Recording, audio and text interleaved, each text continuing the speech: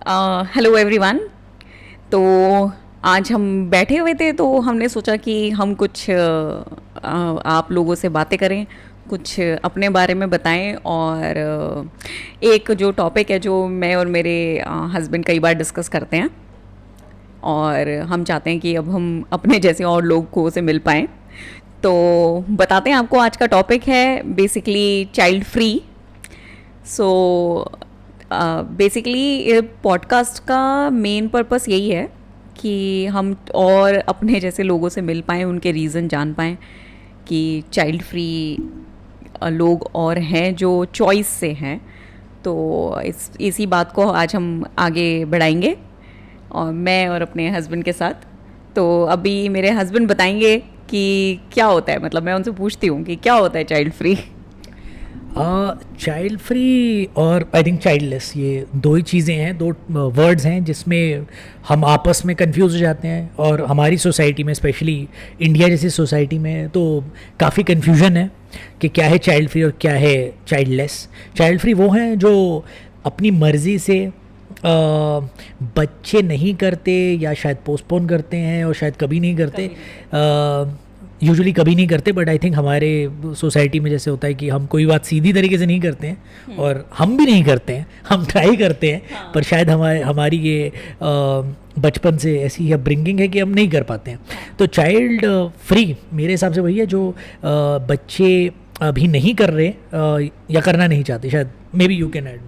या so basically बड़ा taboo topic अभी भी ये माना जाता है। ज़्यादातर लोग सोचते हैं कि अगर आप मैरिड कपल हैं और दो लोगों ने शादी करी है तो उनका नेचुरल प्रोग्रेशन होगा बच्चा करना।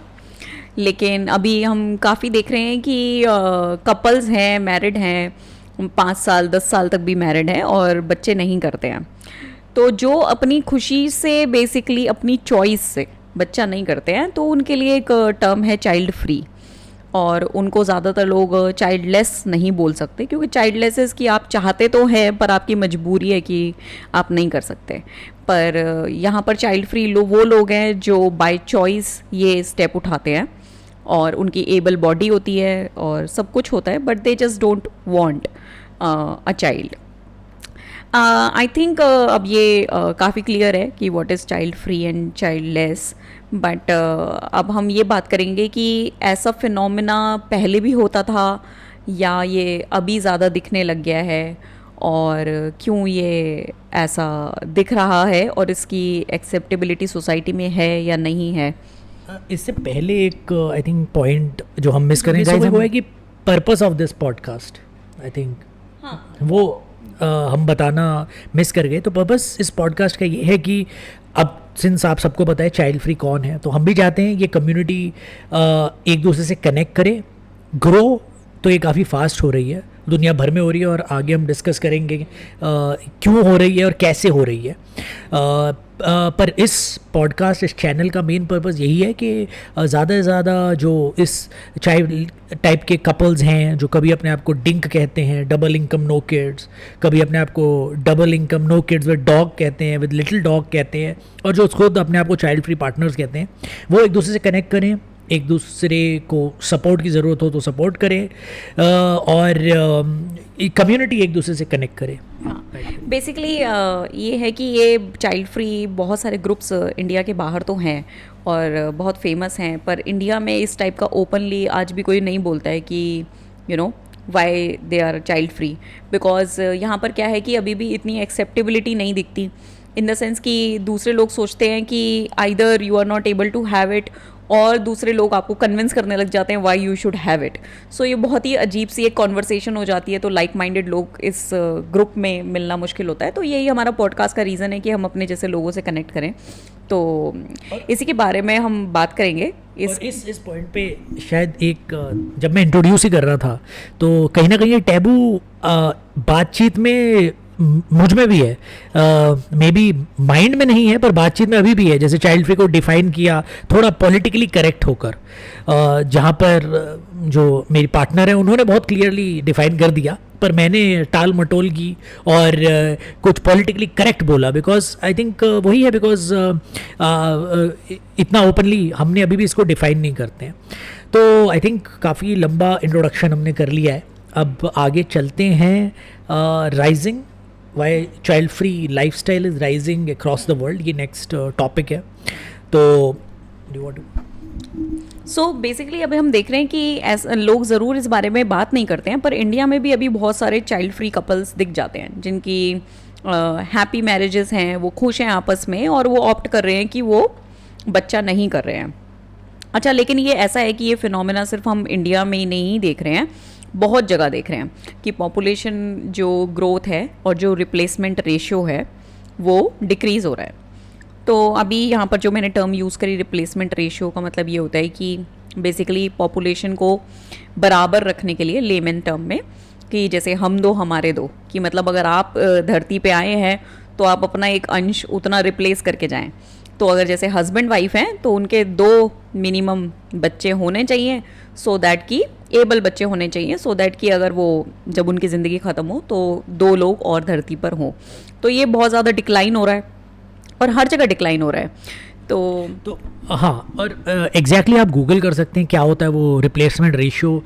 2 से थोड़ा ज़्यादा ही होता है, शायद 2.2 होता है या 2.3 होता है, तो इतना ही होता है। और अगर आप इस समय मैं ज़रूर चाहूँगा कि जो भी इसे सुन रहा है वो गूगल करे और इसे देखे, इस डेटा को देखे कि जो फर्टिलिटी रेट है वो वर्ल्ड वाइड ही डाउन हो रहा है। जैसे जो वर्ल्ड वाइड फर्टिलिटी रेट है वो इस समय है 2.3, जो 1960s में होता था 5.33। मतलब एक फीमेल 5, 5.5, 6 बच्चे पैदा करती थी, कोई 7, 8 भी, 10 भी करती होगी, कोई 3 भी करता होगा। Average rate world wide fertility ratio होता था 5.3, जो आज हो चुका है वर्ल्ड वाइड 2.3। अब हम और कुछ एग्जाम्पल्स देखते हैं। ऐसे फर्टिलिटी रेशियो यूनाइटेड स्टेट्स का है इस समय 1.64, जो 1960s में होता था 3.65।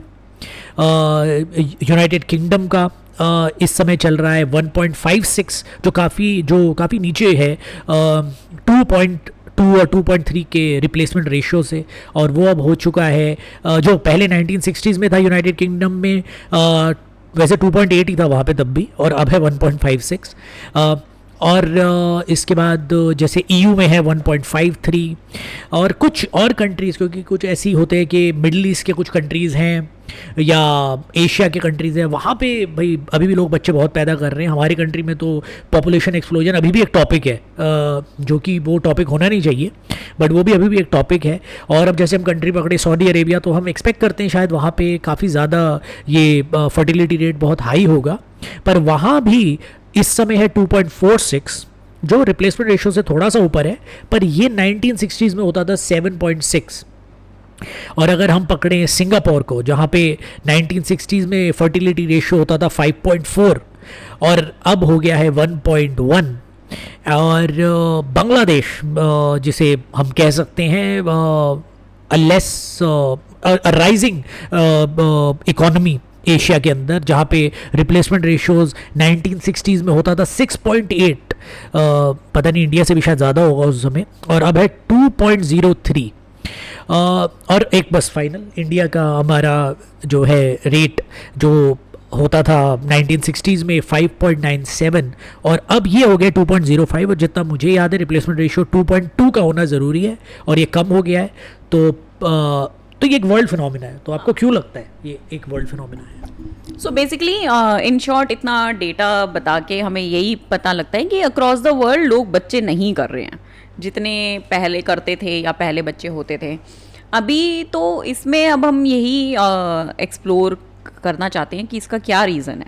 जैसे हमारे कुछ अलग रीज़न्स हैं, वो हम आपसे इस पॉडकास्ट में अपने रीज़न्स बताएंगे ही कि हमने क्यों सोचा कि हमें बच्चा नहीं करना है।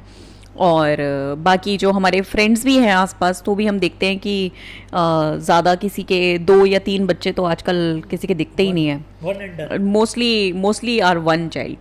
सो ये ऐसा क्यों बढ़ रहा है? आपको क्या लगता है? देखिए, मैंने काफ़ी सारे एग्जांपल्स अभी आपको बताए और आप भी गूगल करके ज़रूर पढ़िए, सिर्फ हमारे डेटा पे मत सुन लीजिए, अपनी रिसर्च हमेशा करनी चाहिए।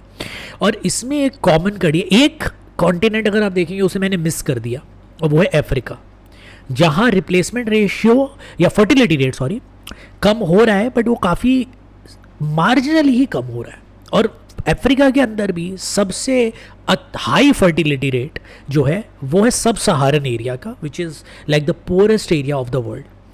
तो इसका मैं ये नहीं कह रहा कि सिर्फ रिच कंट्री पुअर कंट्रीज़ में ही ऐसा हो रहा है। आई थिंक इसमें कहीं ना कहीं मैं जो मानता हूँ पहली चीज़ जो है वो है प्रॉस्पेरिटी, और प्रॉस्पेरिटी के साथ साथ education and specifically women education जो है और वुमेन एम्पावरमेंट जो है एक बड़ा रीज़न है कि औरतें अब अपना डिसीजन खुद लेती हैं किससे शादी करेंगी पहले तो, और शादी पढ़ाई लिखाई के बाद करेंगी। उनकी लाइफ में आई थिंक पिछले 50 साल में एक सिग्निफिकेंट चेंज जो है वो ये है कि उनका एक करियर भी होता है। पढ़ाई तो पहले भी करती थी औरतें, बड़े शहरों में तो करती थी, पर कहीं ना कहीं वो कॉलेज के बाद कहीं खो जाती थी।